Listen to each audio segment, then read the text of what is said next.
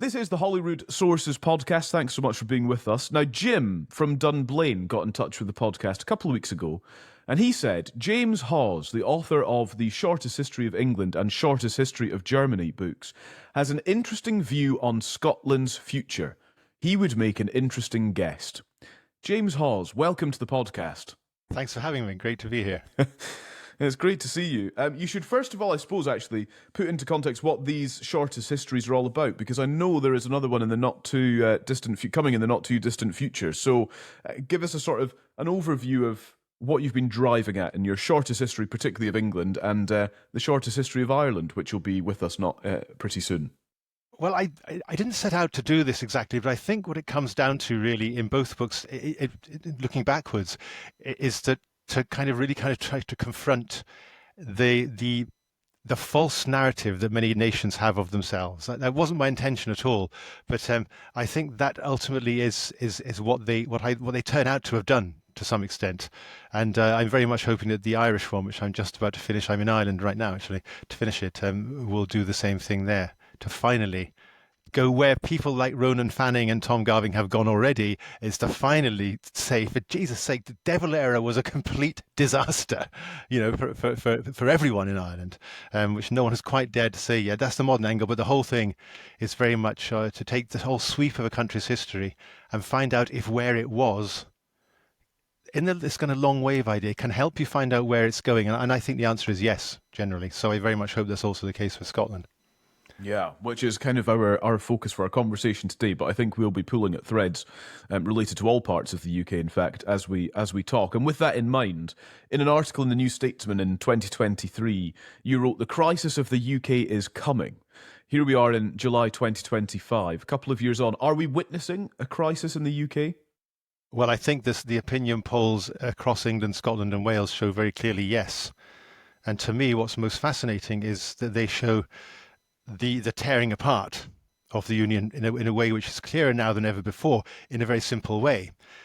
Scotland and Wales both have parties which do not exist in England, which the opinion polls are showing are serious challenges. In fact, you could say protections against or challenges to the apparently unstoppable rise of reform in England. So as Labour support plummets in all regions, in Scotland and Wales, the nationalist parties have been as big or bigger profiteers from that than reform, which is not the case in England at all. England has no protection whatever against reform. Reform is merely the Conservative Party showing what it really always was, the party of the south of England, in my opinion. This is going to increase. It's showing that the vociferous tendencies of the Union in a very clear way, clearer than ever before, I think. In terms of what that means then, does that mean for our listeners who are plugged in and who love politics and who love the conversation about Scottish independence, does it mean that Scottish independence is inevitable? Undoubtedly, in the long sweep of history, yes, there's no doubt about that. I mean, I was brought up in Scotland, and I can remember my first ever political speech at the age of 11, where I was speaking against the future Tony Blair spin doctor John McTernan, who was my best friend at primary school, was for the SNP, which was a tiny, tiny minority opinion then, which my parents shared and almost none of their neighbours or anyone else. The change within my lifetime is only going in one way, and the same as Irish Union is only going one way. Now, how that happens, at what speed that happens, how it comes about, those are questions of detail, in a sense, in the long sweep of history. But there can be no doubt. The UK is finished. It was finished in 1922 when Ireland went away. The United Kingdom was only created to control Ireland in 1801. Clearly, when the vast majority of Ireland left by force in 1921-22, that was the end for the UK, logically. It was only held together, in my opinion, by two world wars, frankly. It's clearly finished in the long review of history. Whether that takes 10 or 20, 30 years is neither here nor there. How fascinating. Okay, so it's inevitable. That's the premise that we're working from then. As things stand right now, James, Labour won a landslide in a general election last summer, about a year ago, in fact, at the time of speaking. How does that reframe your thinking, if indeed it has reframed it at all? It was a huge majority. Does that mean anything? Probably not, because it was famously so shallow. Broad but shallow, as many people said at the time. That's, of course, particularly true in Scotland, where a swing of a couple of percent would see things basically going back to 2017 or even 2015, because there are so many marginal seats, obviously, between Labour and the SNP. And in England, it's going to drain, not the swamp, that's Trump talk, but the shallow lake of Labour's support is clearly, it's going to drain away, has drained away already, in fact. The problem they always had, and I'm going back to that article I wrote with the New States, when I talked to an absolute number 10 insider about this, and his play was that Labour will win a majority, this is before the election obviously, will win a majority but be completely incapable of solving the mess left by the Conservatives and Brexit and the general state of the UK, because it is insoluble, and that 2029 will be the breaking point, because 2029 will finally reveal, particularly to the Scots, that this narrative that somehow voting Labour can protect you from a red-blooded Tory England is no longer valid. They will not be able to show that play will be gone, and that will be the restoration, that the SNP will bounce back very strongly under new leadership. My own opinion, which is not his but mine, is that Scottish nationalism finds itself in a very, very similar position to Irish nationalism at the death of Parnell in 1891, which at the time was hailed by the English Tory press as the end of Home Rule. Similarly, you had that mixture of personal scandals and what I would call the poison chalice of Home Rule. In other words, that intended to spin Ted Heath's famous dictum on its head, the SNP ended up with the responsibility but no power, and that's the poison chalice of a devolved Home Rule regime. Because you see yourself as in some way the government, even though you aren't actually. You end up taking governmental responsibility for minutiae, inevitably, as every government has to. So to take the specific case of the SNP, you end up tying yourself in knots over details of who gets access to lavatories and hospitals or whatever, as though you are in fact the government of the country. And that the combination of that and personal scandal has meant that the party itself has come into complete disrepute, whereas everyone knows that, in fact, that's had zero impact on the actual polls for independence referendums, which are still hanging around around 50% right now, higher than they were in the referendum, in fact. And so it's a curious analogy, I think, to the Labour Party situation. It always beggars belief to me that a party which is on about 20% in England will not embrace a policy which would appeal to around 60% of the electorate, i.e. another Brexit referendum.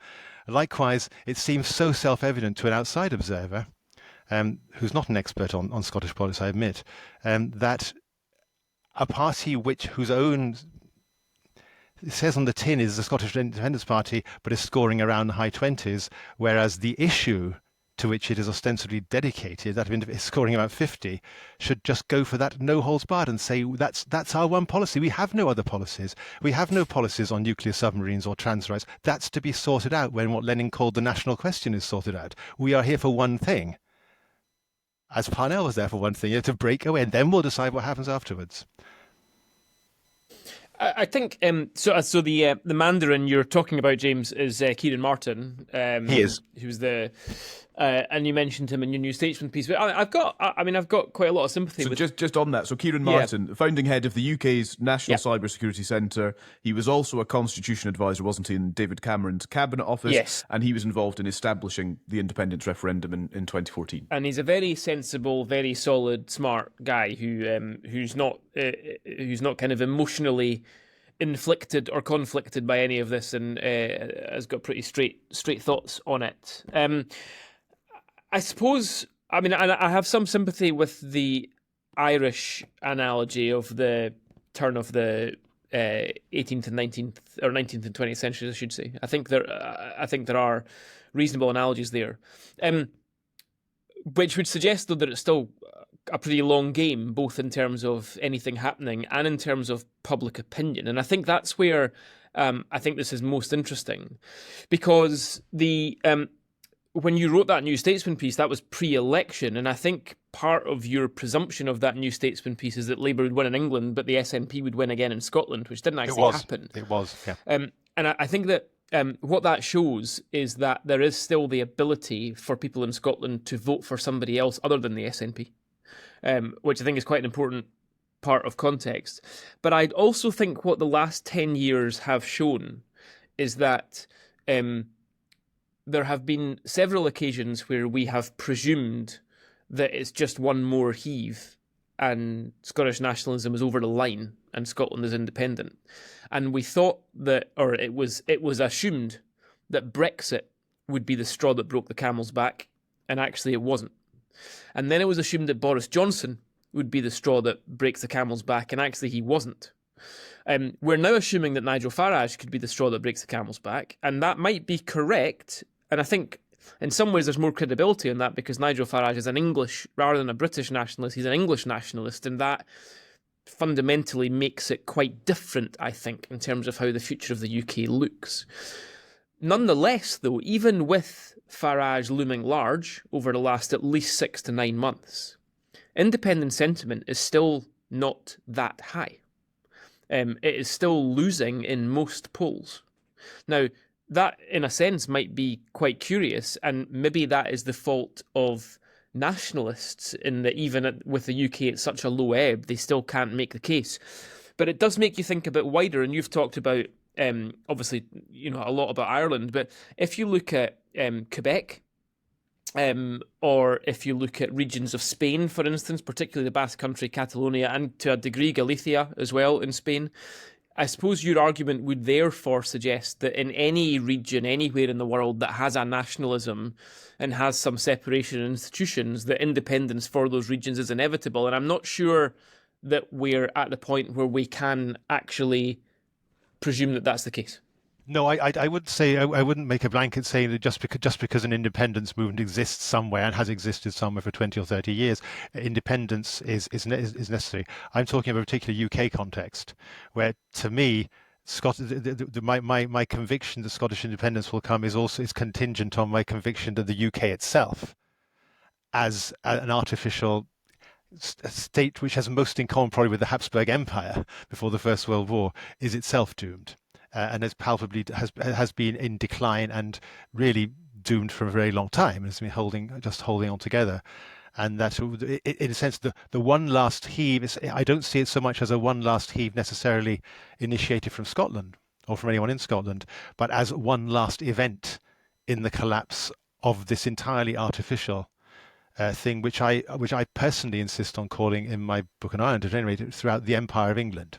It's always been. I mean, so you rightly said, Farage, and I think that's why I think you're totally right there, Andy, that the distinctive factor of Farage is that he will be a naked, or all but naked. He will still swing the Union Jack, of course, but he will be an all but naked English nationalist.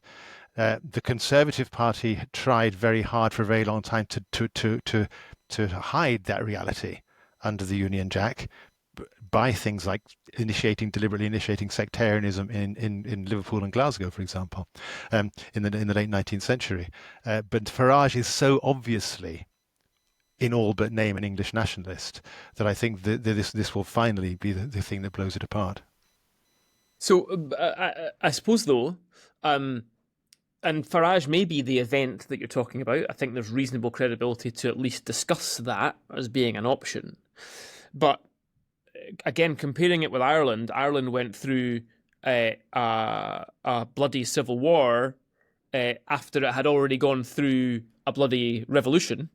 And on the presumption that Scotland isn't going to do either of those two things, which I think we would all agree would be helpful if we didn't do either of those two things, that will therefore need a democratic vote. And I suppose my point is, we're still not at the stage where it is in any way clear that that democratic vote will be won. In fact, there's as much good money would go on that democratic vote being lost as won. So I suppose my point is you still have to win. People still have to actually want it in the 21st century in a way that they maybe didn't have a choice but to want it in the 19th or 20th. You're absolutely right in terms of a referendum, of course. But one of the points that Kieran Martin had made, which is why I met him, and he's made in public speeches in Cardiff shortly before I met him, was that he saw what was then a consistent, overwhelming vote for the SNP at Westminster elections as being a clear statement of a settled will towards a referendum, if not the referendum itself, and that he said publicly at the time that this was no longer a situation which could continue in terms of the union, because I think I'm quoting him by memory, saying that this suggested it was no longer a union of consent. Because as far as his interpretation was that, say, the settled will of the Scottish people had been declared by their then consistent support for the SNP at those levels. So I think that this is of course exactly maybe the heart of what we're talking about, the distinction between support for the SNP as a party and support for an independence referendum as a binary choice. And I don't know the answer to that any more than anyone else does. But I think on the level of detail, however, I would still maintain that that the end of it one way or other is coming. Jeff, can I put to you the idea that was floated by James that the SNP perhaps would benefit from having no other policies at all and just saying, look, our sole purpose here is independence? Yeah, I think, James, thank you for coming on. I mean, you put forward a very compelling argument in terms of the historical direction of travel. And actually, I think one of the things that kind of struck me when you spoke about Ireland was, I do think the reunification of Ireland, I think Scots might look across the Irish Sea and go, okay, so what's going on here then? Why can't we emulate that? But I think on the particular question Callum asks, as somebody that has lived and breathed the referendum campaign, I would challenge you on the notion that you can approach a binary contest like that and not have some degree of policy proposal for what nationhood would look like in Scotland, because it is almost certain that unless the press have decided and the opposition have decided just to allow it to go ahead on the basis of a yes, no, but nobody knows what happens after, I would guess that they've not changed that much. And so I think you have to put forward some sort of prospectus, and that will be the terms of the debate of said contest. I just don't think it's tenable just to go after independence. If I come back straight away on that, yeah, I just wanted to jump back there with Jeff's point, which he himself made about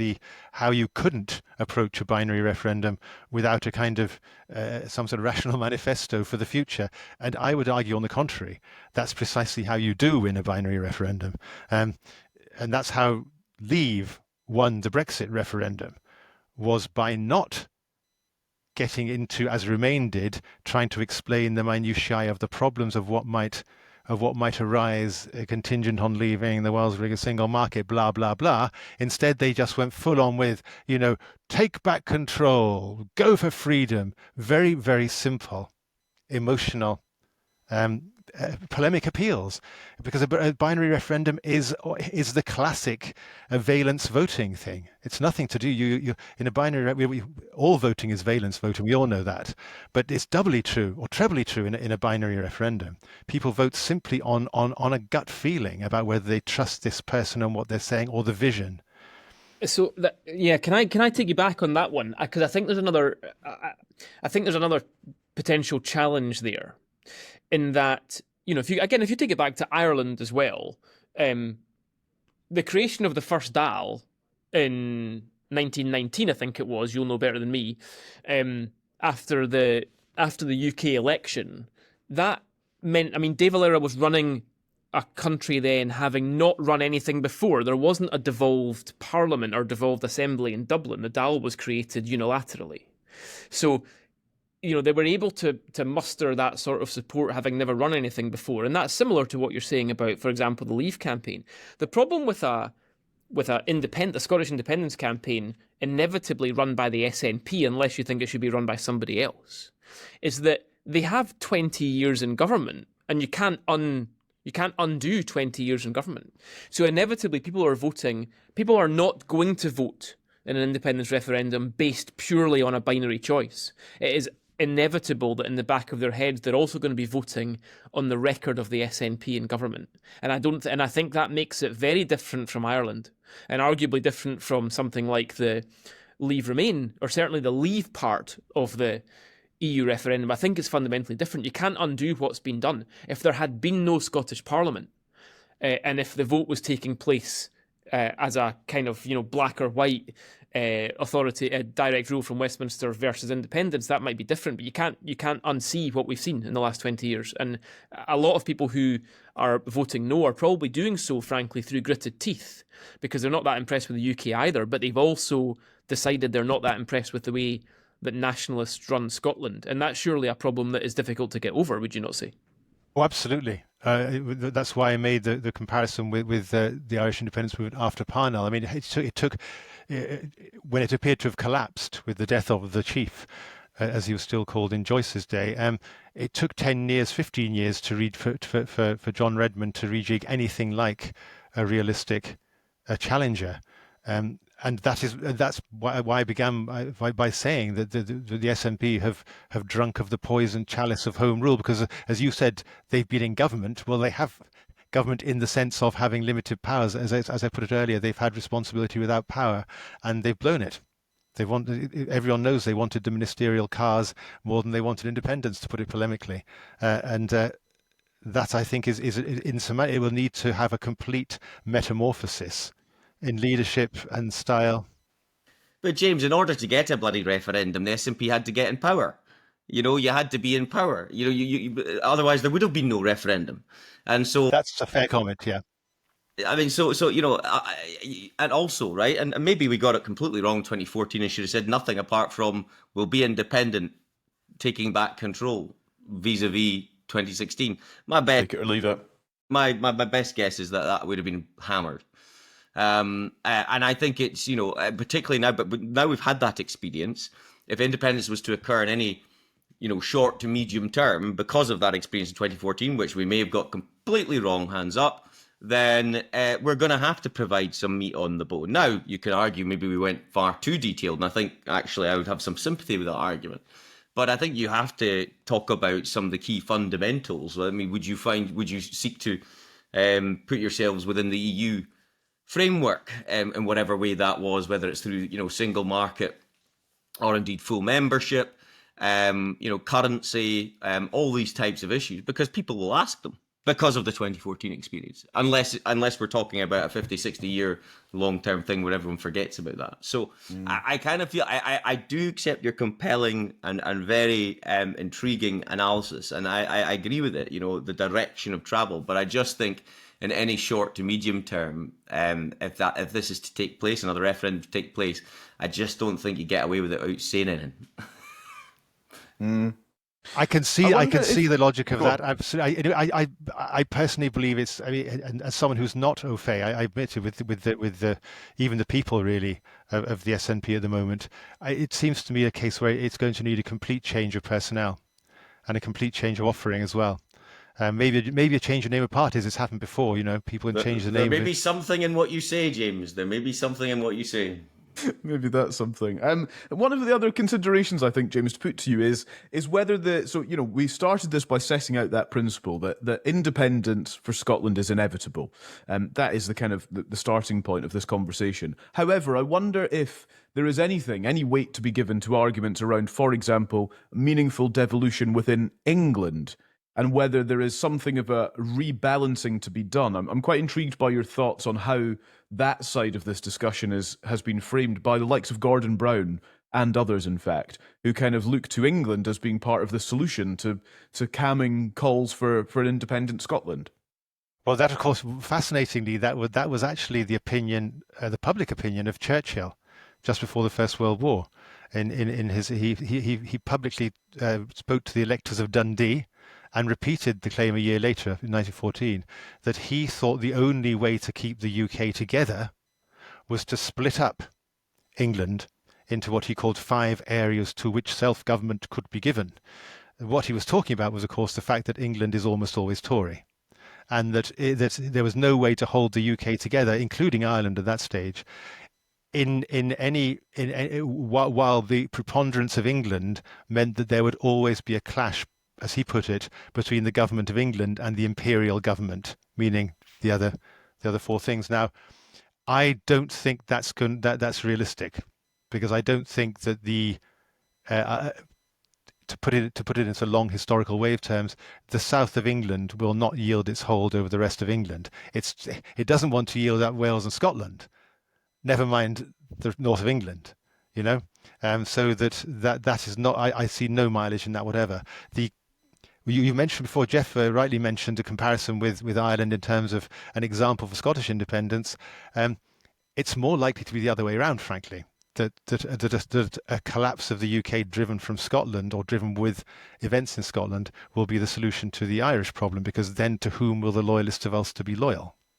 To England? That's not going to fly at all. No, my wife is an Ulster Protestant, although from the south, from the 9 counties Ulster in the south. No one in Ulster, I've never met an Ulster Protestant who likes wee, sneaking, perfidious Englishmen. So that's not going to work, And I think the reason I think it all comes together somehow is that even people in Scotland tend to forget that there was a Scottish Home Rule Bill on the stocks in 1912, along with the Irish Home Rule Bill. It's not an invention of the 1970s. It goes back a long, long way. I mean, Keir Hardie's first election posters feature Home Rule as his lead headline. So it's an old thing. It's an old thing waiting to be rediscovered. Exactly. It's been, you can trace right back to Gladstone's 1893 campaign, the Newcastle programme, which clearly shows, and it's fascinating. You can just check out. Your readers can look at it for themselves. It shows in pictures virtually my argument that what we call the Liberal Party, or then the Labour Party, was in fact a tactical alliance between the north of England, the Newcastle programme, Irish Home Rulers, which is the headline of their programme, and Scots and Welsh devolution, defined in those times as religious devolution.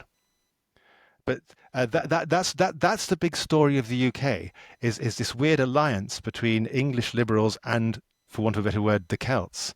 A purely tactical alliance, of course. And that's why it's an unstable entity that cannot last. Cannot last. And you said earlier that 2029 will be the breaking point, potentially. Absolutely. I mean, for example, to take one really obvious, perhaps catastrophic example, nevertheless, someone like Farage is perfectly capable of pointing out to his disgruntled southeastern English voters that they're paying about 80 billion a year to keep the 6 counties afloat, and might not want to do so any longer. He is clearly having, to me, inexplicable appeal to some people in Scotland. But then again, I was brought up in a very sectarian part of Edinburgh, so I understand the appeal of the Union Jack swinging. I, at the age of 10, was walking around Edinburgh going, "Hail, hail, the Pope's in jail, kick him in the goolies," without knowing anything about it. So I'm quite well aware that there are some people in Scotland who will fall for that one every time. My mother and grandmother having been one of them. So Farage, I think, will be the catalyst, because he represents, to me, the Conservative Party becoming what it always was, which is the tooth and claw party of the Empire of England, which has now been reduced to the archipelago itself. Fascinating. James, we will leave it there, but it's a great conversation for which our listeners will be grateful, and I'm sure they will have their thoughts provoked by hearing from you on the podcast today. So thank you very much. Thank you for taking the time. Thank you very much for having me. Thank you.